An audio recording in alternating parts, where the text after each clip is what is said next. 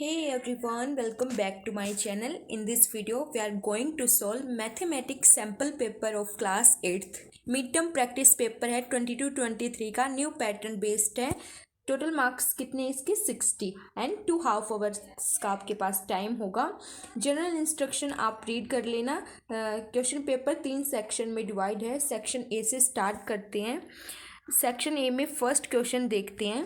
Which of the following symmetric arrangement can not be use to represent a square number. जो represent नहीं करता वो बताना, वो अरेंजमेंट बतानी है. तो रिप्रेजेंट कौन कौन से करते हैं, या तो वो 1 3 5 7 इस फॉर्म में होती हैं, या फिर 3/3 4/4 इस फॉर्म में होती हैं. तो फर्स्ट देखते हैं, फर्स्ट कौन सी फॉर्म में है, 1 3 5 7. तो ये क्या रिप्रेजेंट करते हैं.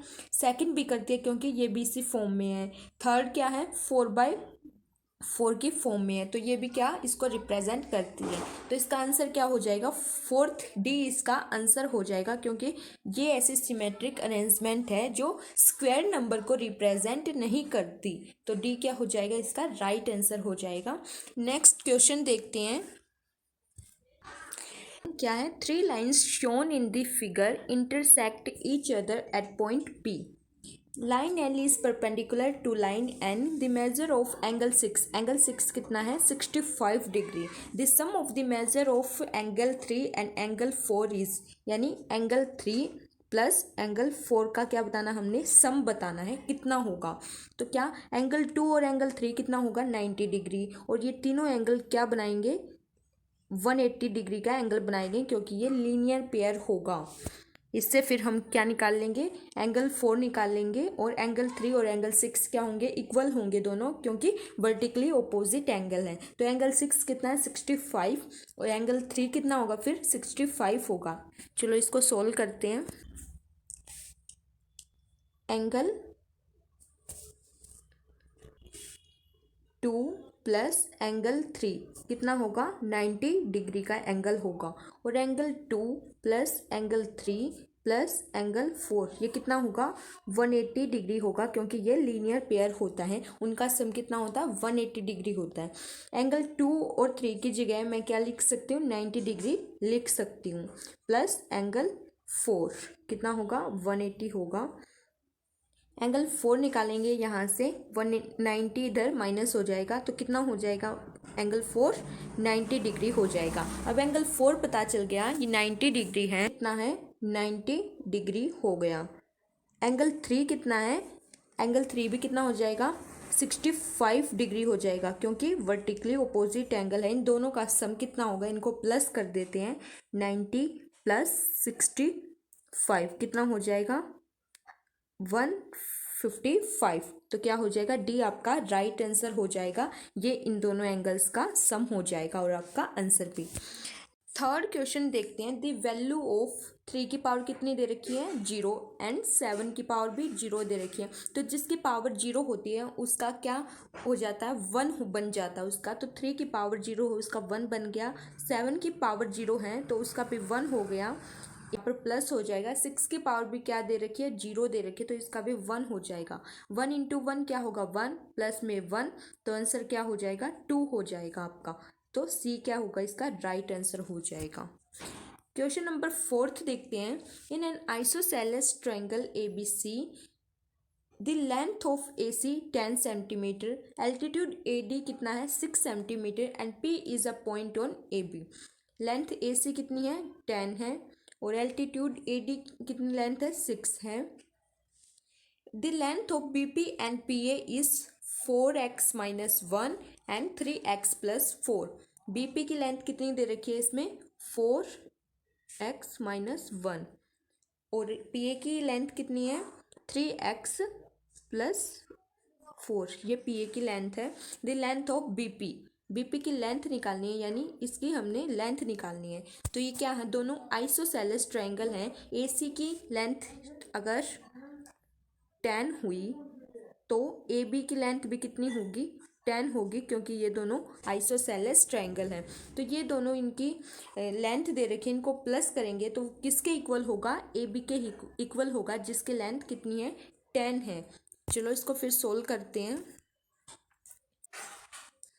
BP प्लस PA कितना होगा, ए बी के इक्वल होगा। ए बी की लेंथ कितनी है, 10 है। बी पी क्या दे रखा है, 4x-1 प्लस पी ए कितना दे रखा है, 3x+4। इन दोनों का सम कितना होगा, ए बी के इक्वल होगा। इनको प्लस करेंगे, 4x+3x-1 + 4 इज इक्वल टू 10। 4 और 3 कितना हो जाएगा, 7x हो जाएगा। माइनस प्लस माइनस होगा, 4 में से 1 माइनस हुआ, 3 साइन प्लस का इज इक्वल टू 10। 7x इधर रहेगा, -3 चला जाएगा उधर, 10 में से 3 माइनस हुआ 7, 7 इधर आके डिवाइड हो जाएगा। तो x की वैल्यू कितनी आई, 1 आई। x की वैल्यू कितनी आ गई हमारी, 1 आ गई x की वैल्यू। और bp की हमने लेंथ निकालनी है, तो bp की कितनी दे रखी है, 4x-1। इसमें क्या 1 की वैल्यू पुट कर लेंगे तो क्या हो जाएगा, 4 × 1 - 1, 4 - 1 हो जाएगा इज इक्वल टू 3। तो लेंथ ऑफ बीपी की लेंथ कितनी आ जाएगी, 3 सेंटीमीटर। बी आपका राइट आंसर हो जाएगा। नेक्स्ट क्वेश्चन देखते हैं। The present age of Raju's father is 3 times the present age of Raju. After 4 years, the sum of their ages will be 64 years. The present age of Raju. तो कि present age को let कर लेते हैं। First of all, let present age of Raju कितनी कर लेते हैं, x। अब उसके फादर की कितनी थी, 3 टाइम्स थे राजू की एज के। तो राजू की एज कितनी लेट की है, x। तो फादर की एज कितनी हो जाएगी, 3x, यानी उसका 3 टाइम्स फादर्स एज कितनी हो जाएगी, 3x। अब ये बताना है 4 इयर्स बाद कितनी होगी, राजू की एज 4 इयर्स बाद कितनी हो जाएगी, x+4, और फादर की एज कितनी हो जाएगी, 3x+4। इनका सम कितना दे रखा है, 64। प्लस कर लेंगे, x+4 + 3x+4 is equal to 64। x + 3x कितना हो जाएगा, 4x + 4 4 8 हो जाएगा इज इक्वल टू 64। 4x यहीं रहेगा, 8 उधर जाके माइनस हो जाएगा, ये कितना आ जाएगा, 56। x यहीं रहेगा, 4 उधर जाके डिवाइड हो जाएगा। इसको डिवाइड करेंगे तो कितना आ जाएगा, 4 × 1 = 4, 4 × 4 = 16, यानी x की वैल्यू कितनी आ गई हमारी, 14 आ गई। x की वैल्यू कितनी आ गई, 14 आ गई। और x क्या लेट किया था हमने, राजू की प्रेजेंट एज लेट की थी, तो कितनी आ जाएगी उसकी, 14 आ जाएगी। सी आपका राइट आंसर हो जाएगा। आगे देखते हैं नेक्स्ट क्वेश्चन। और में दे रखा है इसका, the difference between 2 whole numbers is 35। The ratio of 2 numbers is 2:7। The product of 2 numbers, second number को लेट कर लेते हैं, लेट फर्स्ट नंबर कितना, 2x, 2 7 की रेशियो में है। लेट सेकेंड नंबर कितना, 7x। अब इनका डिफरेंस कितना दे रखा, 35। 7x - 2x कितना हो जाएगा, 35। 7 में से x में से 2x माइनस करेंगे, कितना आ जाएगा, 5x is equal to 35। x इधर रह जाएगा, 5 यहाँ डिवाइड हो जाएगा, 5 7 = 35। x की वैल्यू कितनी आ गई, 7 आ गई।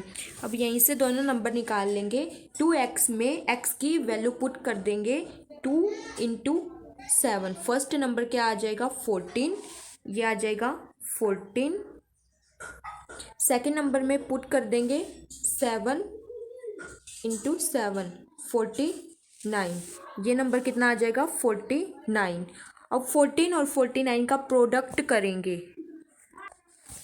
अब 14 और 49 का प्रोडक्ट करेंगे, दोनों नंबर आ गए, इनका प्रोडक्ट कितना होगा, 686। यही हमारा आंसर आ जाएगा, 686 आपका राइट आंसर हो जाएगा सी। आगे नेक्स्ट क्वेश्चन देखते हैं। A light year is the distance light travels in one Earth year for objects in space. We use light years to describe the distance between two heavenly bodies. One light year is approximately इतना kilometre दे रखा है. Astronomers are observing a star that is 5 light years from the Earth.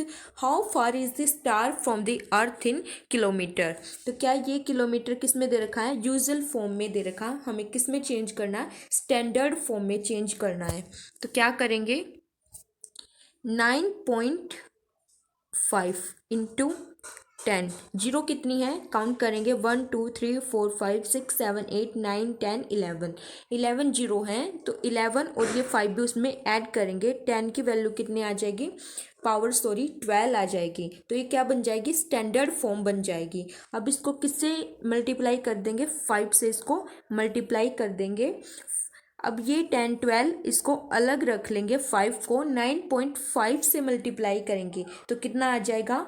4.75 into 10 की power 12. तो आपका D right answer हो जाएगा. 4.75 into 10 की power 12. D आपका राइट आंसर हो जाएगा. नेक्स्ट 7th क्वेश्चन देखते हैं. Bye repeating subtraction of all numbers starting from 1 which of the following numbers is a perfect square. अब ये ऑप्शन दे रखे हैं, इनमें से परफेक्ट स्क्वायर बताना आपने. तो 55 क्या है? परफेक्ट स्क्वायर है? नहीं है. ये रॉन्ग हो जाएगा. 231 ये भी परफेक्ट स्क्वायर नहीं है. इसका आंसर क्या हो जाएगा? 324 324 इसका आंसर हो जाएगा. ये किसका स्क्वायर है? 18 का. 18 का स्क्वायर कितना होता है? 324. तो ये क्या हो जाएगा? परफेक्ट स्क्वायर हो जाएगा. और में दे रखा है इसका 1369. इसका क्या बताना हमने? किसका स्क्वायर है ये? तो ये किसका है? 37 का स्क्वायर होता है 1369. आपका सी क्या हो जाएगा? राइट आंसर हो जाएगा. क्वेश्चन नंबर 8 देखते हैं. Which one of the following figure satisfy the property. कौन सी फिगर ये प्रॉपर्टी सेटिस्फाई करती है कि only one pair of sides are parallel. कौन सी फिगर की हैं ये? तो ये किसकी होती है? ट्रेपेजियम की. Only one pair of sides क्या होता है? पैरेलल होता है. तो डी क्या हो जाएगा? राइट आंसर हो जाएगा. और में क्वेश्चन दे रखा है इसका. The diagram above shows a parallelogram ABCD with angle D कितना है? 60 डिग्री दे रखा है. विच of the following has the greatest value. Angle D 60 है तो एंगल B भी कितना होगा? 60 होगा. Vertically opposite angle. Angle A कितना होगा? Angle A plus angle D का सम कितना होगा? 180 होगा क्योंकि ये एडजेसेंट एंगल है. उनका सम 180 होता है. एंगल A क्या हो जाएगा? 120 डिग्री हो जाएगा. तो एंगल C भी सेम हो जाएगा. अब इनमें पुट कर देते हैं हम. एंगल A का डबल. एंगल A का डबल कितना होगा? 240 माइनस एंगल B का डबल 120 इज इक्वल टू कितना होगा? 120. एंगल A कितना है? 120 प्लस एंगल B कितना है? 60 इज इक्वल टू 180.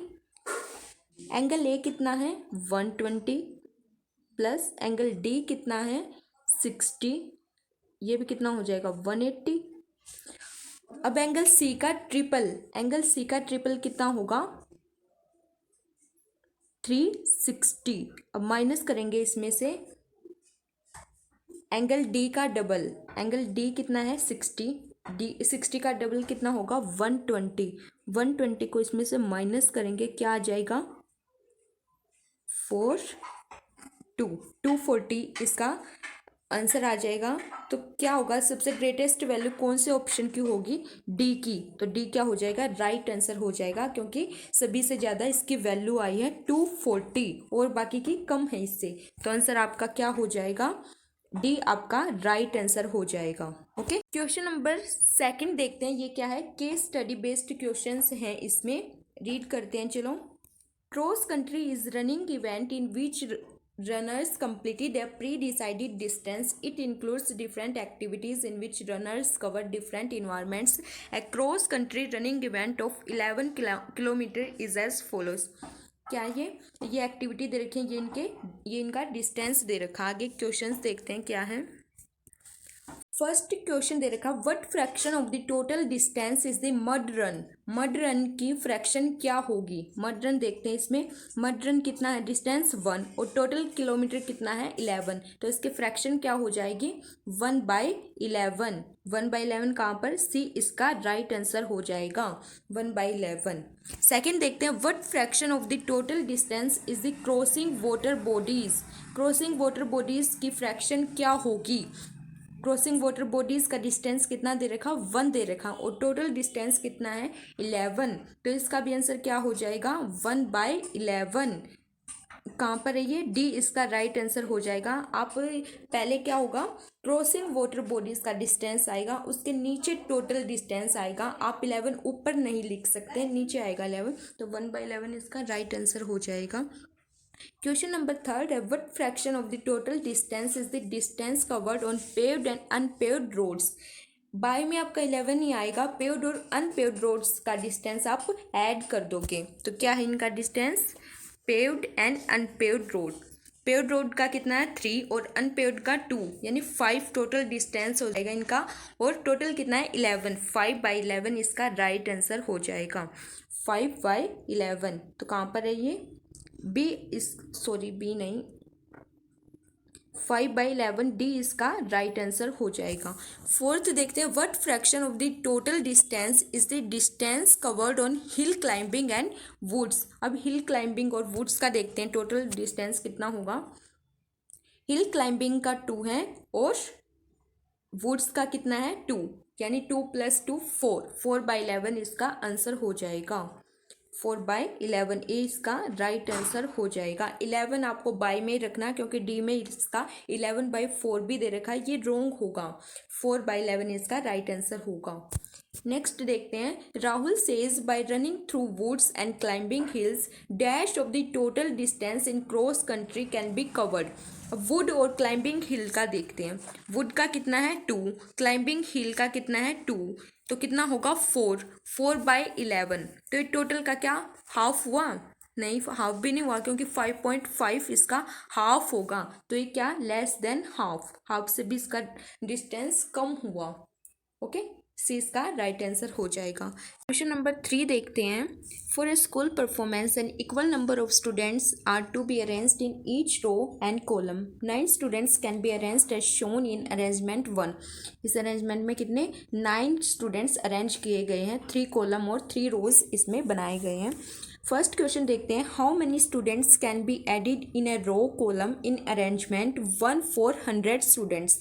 अब 9 स्टूडेंट्स के लिए तो ये अरेंजमेंट की गई, अब 100 स्टूडेंट्स के लिए क्या होगी, तो 100 स्टूडेंट्स के लिए क्या करेंगे 10 रोज बनाई जाएंगे और 10 ही कॉलम्स बनाए जाएंगे। लेकिन इसने बोला कि इसमें कितने और ऐड करने पड़ेंगे, हमने कितनी रोज़ और कॉलम ऐड करेंगे हम 100 स्टूडेंट्स के लिए, तो 3 रो कॉलम तो पहले से बनाई गई हैं, तो कितनी और ऐड करेंगे हम 7 ऐड करेंगे, तो इसका बी क्या होगा राइट आंसर होगा। अब सेकंड में क्या बोला है कि टीचर जो परफॉर्मेंस के लिए ऑर्गेनाइज कर रही थी बच्चों को, वो एक ग्रुप में 100 बच्चों का डिफ़िकल्ट हो गया अरेंज करना, तो वो क्या सोचते हैं डिवाइड करते हैं, वो 2 ग्रुप्स में उनको डिवाइड करने की सोचते हैं। How many students can be there in each arrangement. अब ये बोलता है कि ईच अरेंजमेंट में कितने स्टूडेंट्स होंगे, 36, 64, 81, 16, 50, 50, 49, 49, तो कितने होंगे वो। सबसे पहले ये क्या होना चाहिए, वो स्क्वायर होना चाहिए, तो 50-50 तो क्या है स्क्वायर नहीं है, तो ये तो होगा ही नहीं। डी में भी 49-49 ये क्या है 100 कंप्लीट नहीं करता, ये भी नहीं होगा। 81-16 क्या है, ये भी इसको 100 कंप्लीट नहीं करता, तो ए राइट आंसर हो जाएगा। 36-64 दोनों स्क्वायर हैं और दोनों का सम कितना होता है 100 होता है, तो इसका राइट आंसर हो जाएगा। नेक्स्ट देखते हैं, 2 students were absent from the performance on the event day. Teachers think of dividing the present students into 2 square arrangements. अब उसमें उस दिन 2 बच्चे एबसेंट हो गए, तो टीचर सोच रहे हैं कि उन 2 बच्चों को हटाकर जो आज प्रेजेंट हैं उनको उन 2 स्क्वायर अरेंजमेंट में अरेंज करें, तो कितने हो गए टोटल 98 हुए। How many students can be there in each arrangement. अब कितने स्टूडेंट्स होंगे उसमें, तो 34-64, 82-16, 25-64 या 49-49, तो क्या होगा इसका आंसर, डी राइट आंसर हो जाएगा। दोनों ही स्क्वायर बना रहे हैं और 49 प्लस 49 कितना होगा, 98 होगा, क्योंकि इसमें 2 बच्चे एब्सेंट हो गए हैं तो उन्हीं को स्क्वायर में अरेंज करेंगे। ओके, फोर्थ इसका, the difference between squares of any 2 consecutive numbers is equal to. Consecutive number क्या है, जो कंटिन्यू चलेंगे, जैसे 1 1 2। अब इनका स्क्वायर करेंगे, 1 का स्क्वायर 1 ही होगा, 2 का स्क्वायर कितना होगा, 4 होगा। तो इनका डिफरेंस करेंगे, 4 में से 1 माइनस होगा, क्या आएगा आंसर, 3 आएगा। तो 3 क्या है, इसका सम है। तो क्या होगा इसका आंसर, थर्ड होगा, सी राइट आंसर होगा कि जो डिफरेंस होगा 2 कॉन्जिक्यूटिव नंबर्स का वो किसके इक्वल होगा, उनके सम के इक्वल होगा। तो इसका सी राइट आंसर हो जाएगा।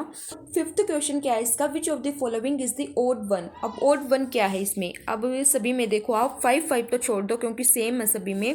तो क्या दे रखा है, बीच वाली जो डिजिट है वो क्या, उसका स्क्वायर दे रही है। जैसे 10 का स्क्वायर क्या होता है 100, वैसे ही 20 का स्क्वायर क्या होता है 400, थर्ड में 30 का स्क्वायर कितना होता है 900, लेकिन फोर्थ में ऐसा नहीं है, 40 का स्क्वायर कितना 1400 दे रखा। तो ये क्या हो जाएगा, ओड वन हो जाएगा, बाकी सेम है। तो ये डी क्या हो जाएगा, राइट आंसर हो जाएगा।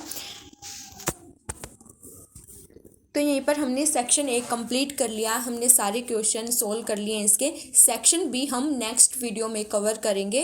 Okay, thank you.